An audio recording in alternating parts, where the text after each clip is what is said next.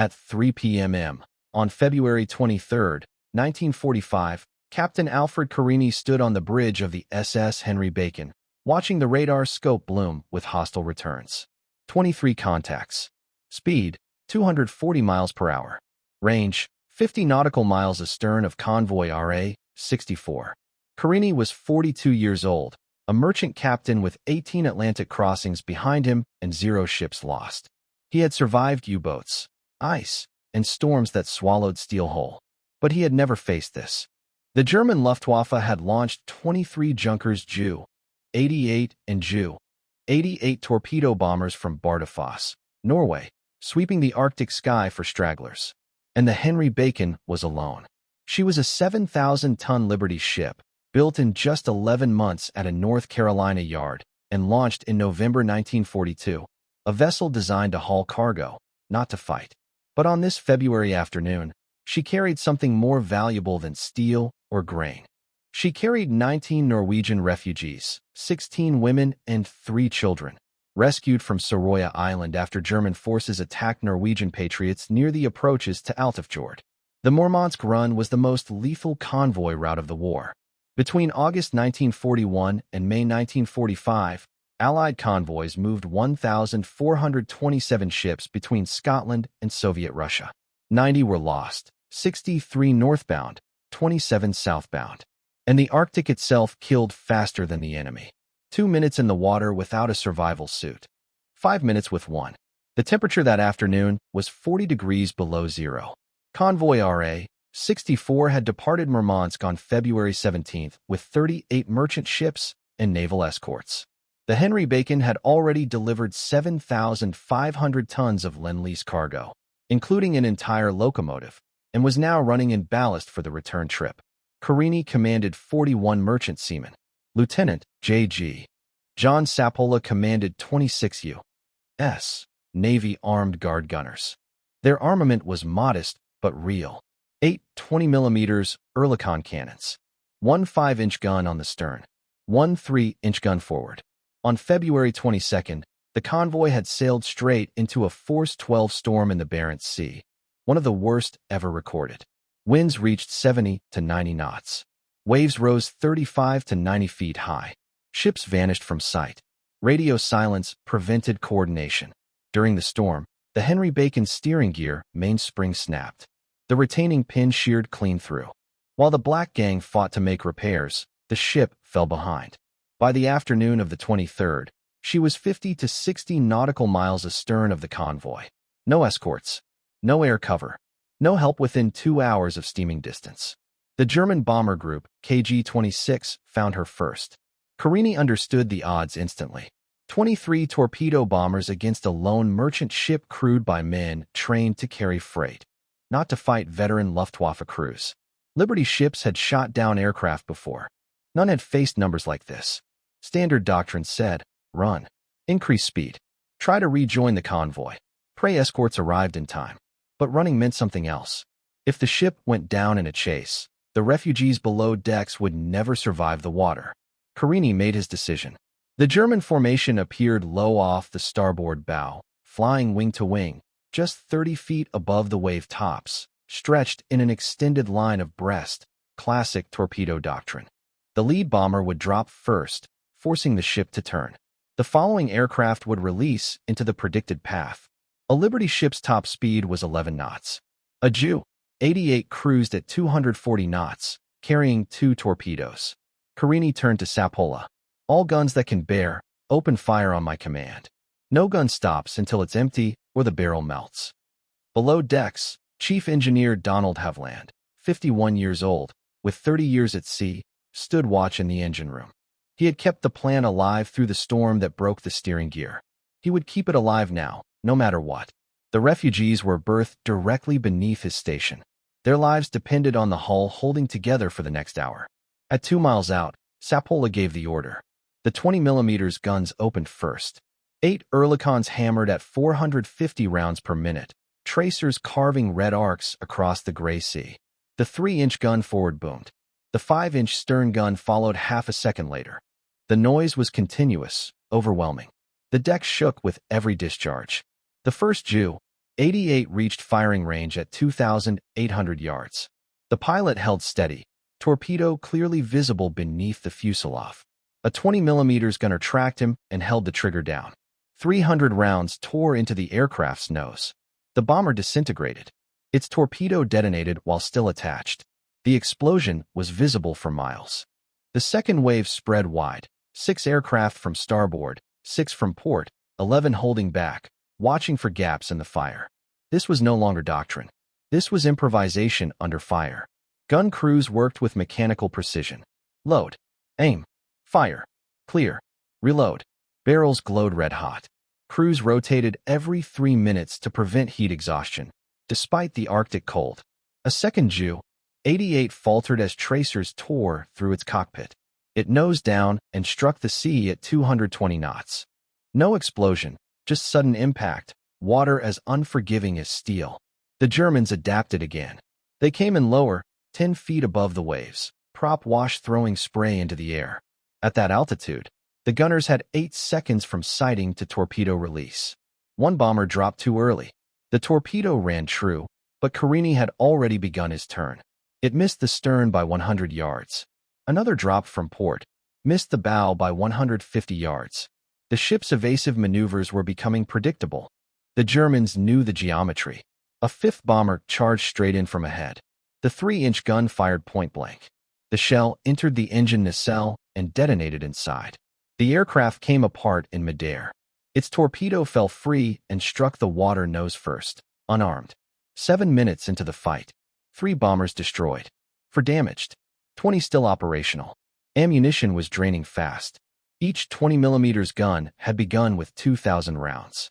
Roughly 900 per gun were already gone, 7,200 rounds fired. Remaining, 5,000 rounds total. At this rate, 12 minutes of fire.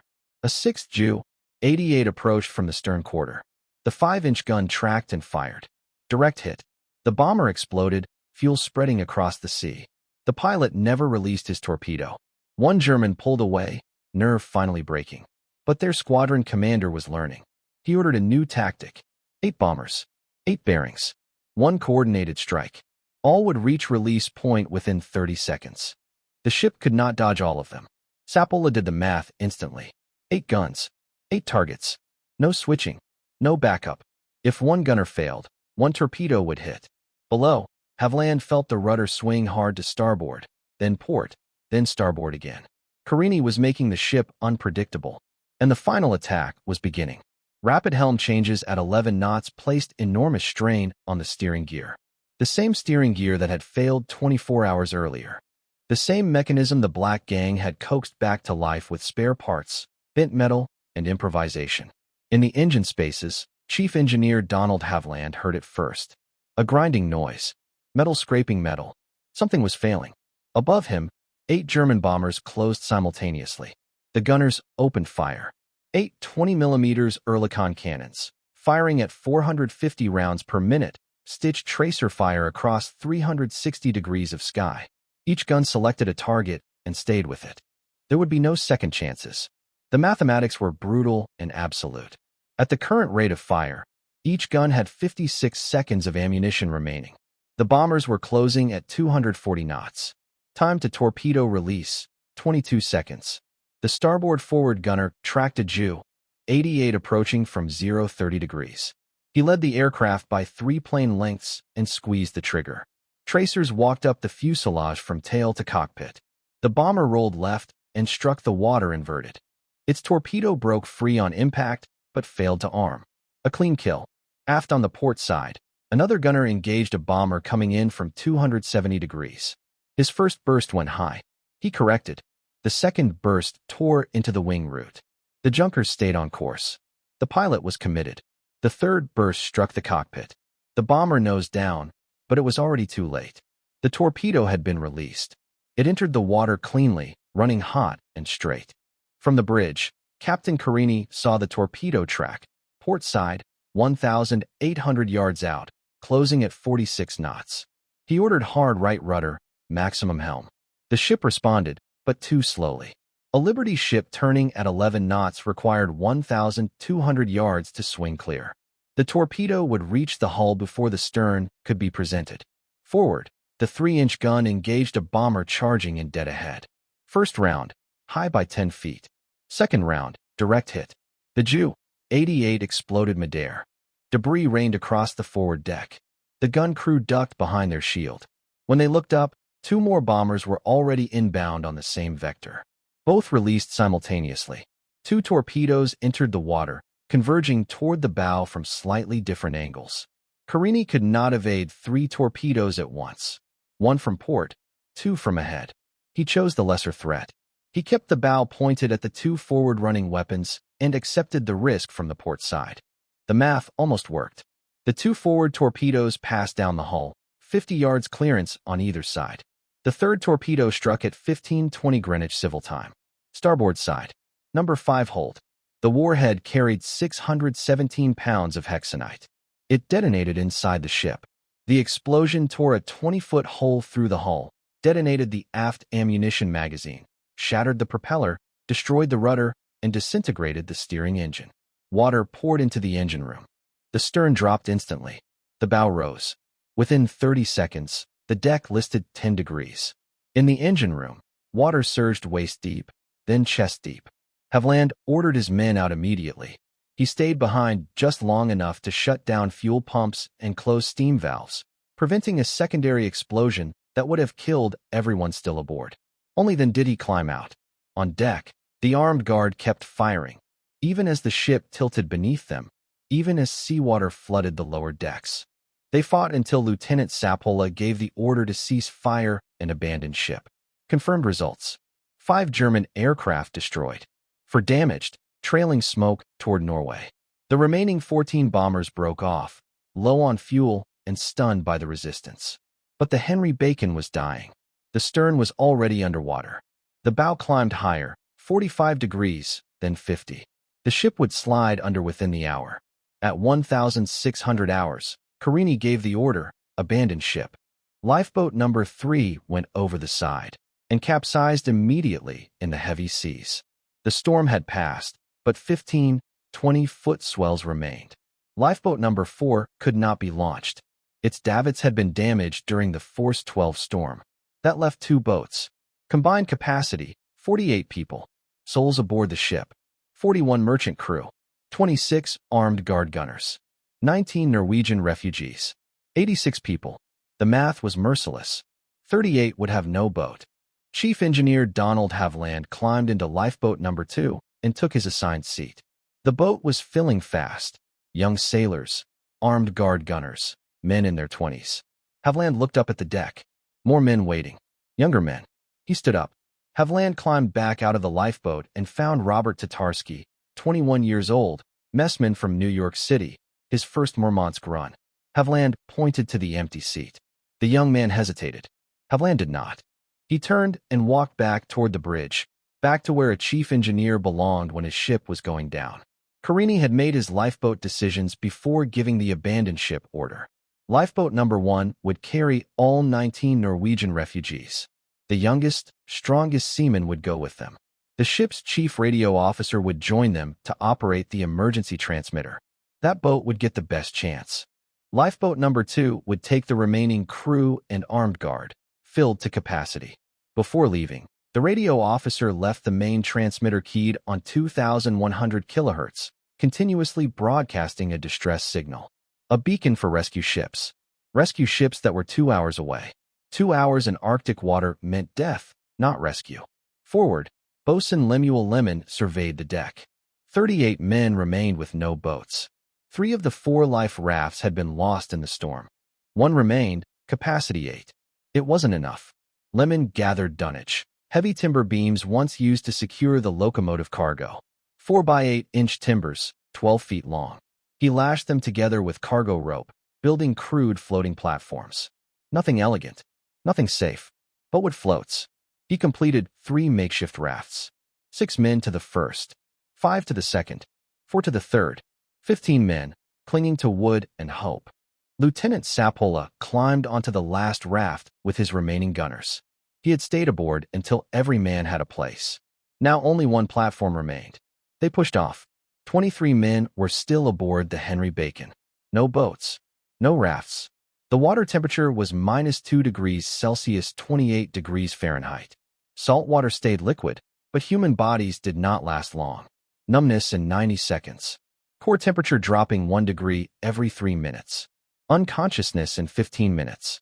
Death in 30. The men knew the numbers. Some stayed aboard as long as possible, delaying the inevitable plunge. Others jumped and tried to swim for the rafts before their bodies failed. On the bridge, Captain Carini remained at his post. Chief Engineer Havland climbed the ladder and joined him. The two senior officers stood together as their ship slipped beneath them. They had brought the Henry Bacon through 18 Atlantic crossings, through U-boat wolf packs, Luftwaffe strikes, and Arctic storms that tore steel like paper. Now they would bring her through her final minutes. The lifeboats were already 300 yards away, rowing hard, pulling clear of the suction zone that would form when the ship went under. In lifeboat number 1 sat the 19 Norwegian refugees, 16 women, 3 children, alive for now. Alive if the destroyers arrived in time. Alive if hypothermia didn't take them. Alive if the weather held. At 16:53 Greenwich Civil Time, the Henry Bacon's bow reached vertical. For 10 seconds, the ship hung there, stern submerged, bow pointing at the Arctic sky. Then she slid backward.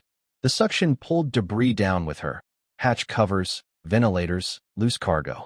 Men in the water were dragged under. Some never resurfaced. Bosun Lemuel Lemon was in the water. He had stayed aboard until the end, building rafts, pushing men away from the ship. Now he swam for the nearest platform, 30 yards away. The cold hit him like electricity. Every nerve screamed. His arms stopped responding. His legs locked. He could see the raft. He could see hands reaching for him. His body would not move. The British destroyers were already racing toward the distress beacon. HMS Zambesi led the run. 360 feet long, Z-class destroyer, 36 knots, commanded by Captain Cecil Allison. With her were HMS Opportune and HMS Zest. The distress call had come through at 15:23, bearing clear, 52 nautical miles astern of the convoy. At flank speed, they would arrive in 1 hour and 26 minutes. They knew what they would find. Usually bodies. Rarely survivors. The continuous radio transmission on 2,100 kilohertz made the difference. The chief radio officer's decision to leave the transmitter keyed had created a homing signal. Without it, the destroyers would have searched blindly across 50 square miles of Arctic Ocean in failing light. At 17:21, Zambesi's lookout spotted wreckage, planks, hatch covers, empty life jackets rolling in the swell. The destroyer slowed to 10 knots. At 17:28, Opportune sighted lifeboat number 1. 19 Norwegian refugees. 8 American crewmen. All rowing hard to keep warm. Bringing a destroyer alongside a wooden lifeboat in 20-foot swells was lethal work. One wrong roll would crush the boat. Lines were thrown. Hands caught them. One by one, women first, then children, then crewmen, they were hauled aboard. The transfer took 14 minutes. All 27 were saved. At 17:35, Zambesi found the rafts.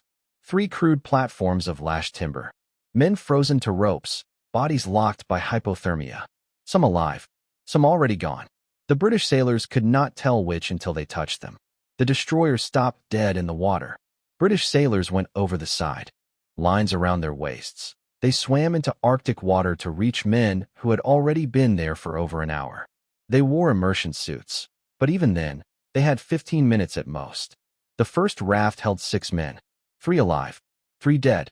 The second raft held 5, 2 alive, 3 dead. The third raft held 4, 1 alive, 3 dead. The living were stripped of wet clothes immediately, wrapped in blankets, given hot tea. The dead were laid on deck and covered. At 17:42, HMS Zest found lifeboat number 2. 22 men aboard. All alive, all hypothermic. Within 8 minutes, they were safely aboard. The destroyers continued searching. They found Lieutenant John Sapola at 17:53. He was in the water, clinging to nothing but his life jacket. Barely conscious, a sailor swam out, secured a line, and the crew began hauling him in. 10 feet from the hull. 5. Then the canvas tore. The life jacket ripped under the strain. Sapola fell back into the water. He went under and did not resurface. 3 more Navy gunners died the same way, dragged within reach of rescue. only to slip away when their strength or equipment failed. At 1804, they found Lemuel Lemon. He was frozen to a hatch cover, eyes open. His hand had to be pried loose.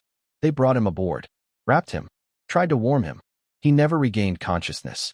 He died at 1809, 5 minutes after rescue. He lived long enough to know help had come. The search continued until 1900 hours. Darkness was falling. The beacon had gone silent when the Henry Bacon sank.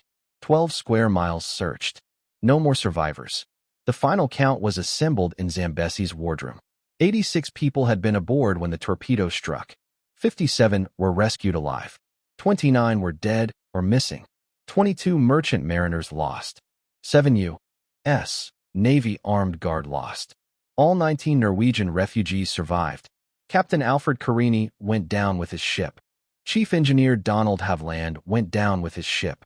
Lieutenant Sapola drowned 10 feet from rescue. Lemuel Lemon died after saving others. The survivors' core temperatures ranged from 32 to 35 degrees Celsius. Below 35, the heart becomes unstable. Below 32, cardiac arrest is likely. The destroyer medical officers worked through the night, warming them slowly. Too fast would kill them. Too slow would kill them. 4 men died aboard the destroyers between 2000 hours and 2 o'clock. Cause of death, hypothermia. 4 more names added. The destroyers steamed to Scapa Flow, arriving February 26th at 8 o'clock. Some survivors walked ashore. Others were carried. The Norwegian refugees were given priority care, hot baths, clean clothes, food. They had survived 2 disasters. The American survivors were interrogated for 6 hours before recognition. Intelligence routine. Necessary. Later, medals would be awarded quietly. The war would move on, but the ledger would remain. A Liberty ship, built to carry cargo, stood alone against 23 torpedo bombers. She fought until ammunition ran low. She saved every civilian aboard. Her officers chose duty over survival. And in the Arctic, where water kills faster than steel, 57 people lived because a few men refused to abandon their ship until the very end. The questioning began with routine formalities. Name, rank, assignment. Then the tone changed. How did you survive 2 hours in Arctic water? Why did so many of you live when the standard survival time is 5 minutes? Are you certain you were aboard SS Henry Bacon when she sank? British intelligence officers suspected infiltration. German agents planted in the water near the wreckage, waiting to be rescued, and slipped into Allied naval facilities. The theory was absurd, but in wartime, absurdity did not end interrogations. Show us your dog tags. Show us your papers. Explain, again, how you survived. The questioning continued for 12 hours. Only after crew manifests from USS Wakefield and records from the War Shipping Administration were cross-checked did intelligence clear the survivors. They were released and given quarters at Scapa Flow. On March 2nd, King Haakon VII of Norway arrived personally. The 19 Norwegian refugees had told him everything. How American merchant sailors had put civilians in the lifeboats first. How Chief Engineer Donald Haviland had given up his seat to a young messman. How a civilian cargo ship had fought 23 German bombers for over an hour to protect people they had never met. The ceremony was held in the base commander's office. 53 American survivors stood at attention. One by one, the king presented each man with the Norwegian War Medal, a bronze cross with red enamel, suspended from a ribbon of red with white and blue stripes. He shook every hand. He spoke to every man in English. He thanked them for saving Norwegian lives. Medals were also awarded to the dead. Captain Alfred Carini received the Norwegian War Cross with swords, one of only 2 Americans to receive it during the war. The medal was presented to his widow in New York. Chief Engineer Donald Haviland received the Merchant Marine Distinguished Service Medal, the highest honor available to merchant mariners. The citation read, "For gallantry and heroism above and beyond the call of duty." Boatswain Lemuel Lemon received the Merchant Marine Meritorious Service Medal for building rafts and saving lives. The survivors departed Scapa Flow on March 8th aboard USS Wakefield. They arrived in Newport News, Virginia, on March 20th, 26 days after the Henry Bacon went down. They were granted 30 days leave, then reassigned. The war was not finished, but the Battle of the Henry Bacon had already done more than save refugees. The 14 surviving Ju-88s of KG-26 landed back at Bardufoss between 1800 hours and 1930 on February 23rd. 9 aircraft were too badly damaged to fly again without major repair. Maintenance crews counted over 200 bullet holes. 5 bombers destroyed. 9 combat ineffective. 14 aircrew dead or missing. The squadron commander's after-action report noted unexpected and fierce resistance, and estimated 2 weeks to return to operational strength. Those 2 weeks mattered. Convoy RA-64 reached Scotland without further loss. 37 merchant ships arrived safely. The German squadron meant to attack them never returned in time. The sacrifice worked. SS Henry Bacon set a record. No other Liberty ship in the war shot down 5 German aircraft in a single engagement. She carried standard defensive armament, nothing experimental. 8 20mm guns, 1 3-inch gun, 1 5-inch gun. What made the difference was discipline, coordination, and refusal to stop firing. Naval gunnery schools would later study the engagement. The Luftwaffe learned too. By February 1945, fuel was scarce. Replacement aircraft were unavailable. Experienced pilots were gone. Convoy attacks became too expensive. The Henry Bacon was the last Allied merchant ship sunk by German aircraft in World War II. After February 23rd, no Luftwaffe air attack ever sank another Allied merchant vessel. The Arctic convoys continued. The final convoy arrived in Murmansk May 20th, 1945, 12 days after Germany surrendered. No enemy action. The deadliest supply route in the world became quiet. Between 1941 and 1945, 63 northbound ships lost. 27 southbound ships lost. Henry Bacon was the final southbound loss. The survivors carried the memory forever. Robert Tatarsky, the 21-year-old messman who took Haviland's seat, sailed for 32 more years. He never forgot the engineer who saved his life. The Norwegian refugees stayed in contact through letters and reunions. Every February 23rd, they remembered. The crew reunited 3 times. 1946, 13 survivors. 1955, 10 survivors. 1965, 7 survivors. In 2003, only 3 remained. They met one final time in Washington, recorded their story for history.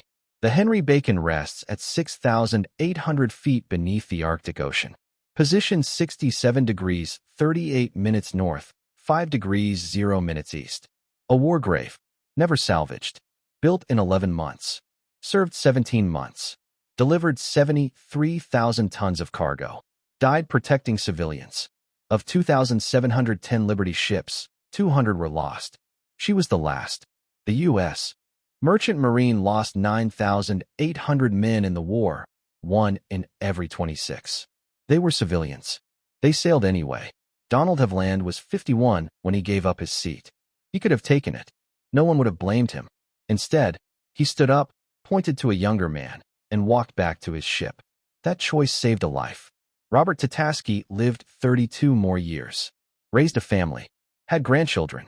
Because one man climbed out of a lifeboat and did not look back.